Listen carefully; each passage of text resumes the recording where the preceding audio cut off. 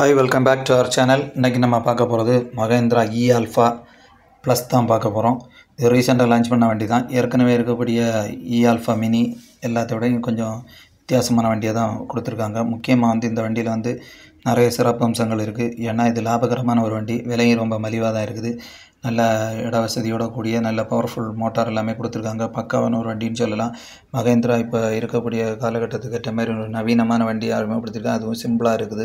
வண்டியோட மெயின்டெனன்ஸ் எல்லாமே ரொம்ப கம்மியாக தான் இருக்குது. இந்த வண்டியை பார்த்த உடனே ஒரு அட்ராக்டிவாக இருக்கும். நல்ல குவாலிட்டி மற்றும் சேஃப்டியான ஒரு வண்டியும் கூட. இந்த வண்டியில் முக்கியமான விஷயம்னு சொல்லியாச்சுன்னா அதோட பவர்ஃபுல் மோட்டார் வந்திருக்கு.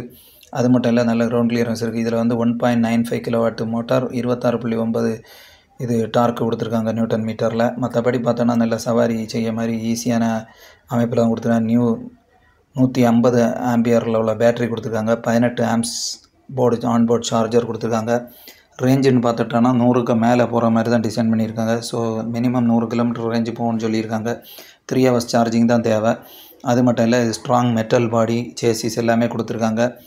கம்ஃபர்டபுள் சீட்ஸ் இருக்குது. முக்கியமாக இது லெட் ஆசிட் பேட்டரி இருக்குது.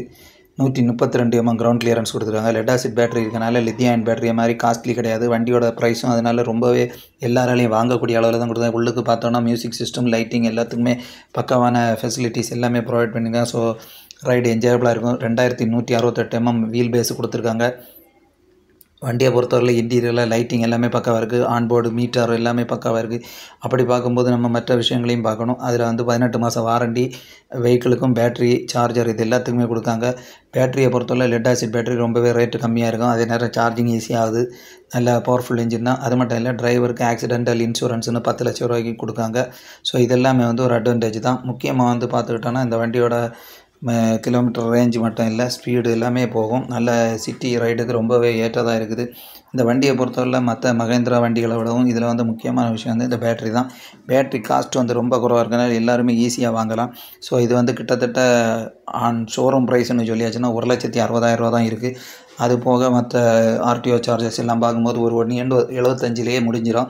ஸோ அந்த மாதிரி 1.25 லட்சத்தில், அதாவது 2 லட்சத்துக்கு உள்ளாலே இந்த மாதிரி ஒரு எலக்ட்ரிக் வண்டி கிடைக்குன்னா அது ரொம்பவே மெட்டல் பாடி எல்லாமே கொடுத்துருக்காங்க. ஸோ இது வச்சு டிரைவர்ஸ் நல்ல தொழில் செய்து நல்ல லாபம் சம்பாதிக்கலாம். அந்த நோக்கத்தில் தான் மகேந்திரா இன்ட்ரோடியூஸ் பண்ணியிருக்காங்க. இந்த வீடியோ பிடிச்சுன்னா லைக் பண்ணுங்கள், ஷேர் பண்ணுங்கள், சப்ஸ்கிரைப் பண்ணுங்கள். தேங்க்யூ.